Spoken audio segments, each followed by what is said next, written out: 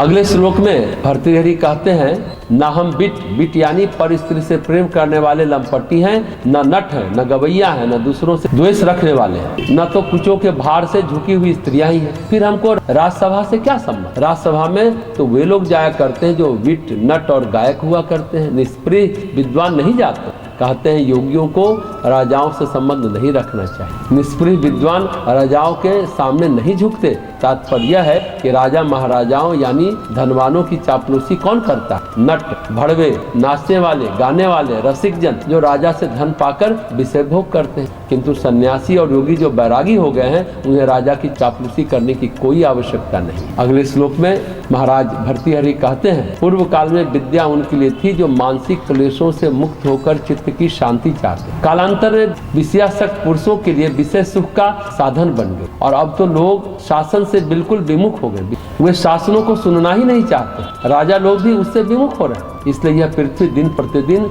रसातल को प्राप्त होती जा रही है। यह बड़े दुख का विषय है। पहले ज्ञान क्यों हम लोग प्राप्त करते थे?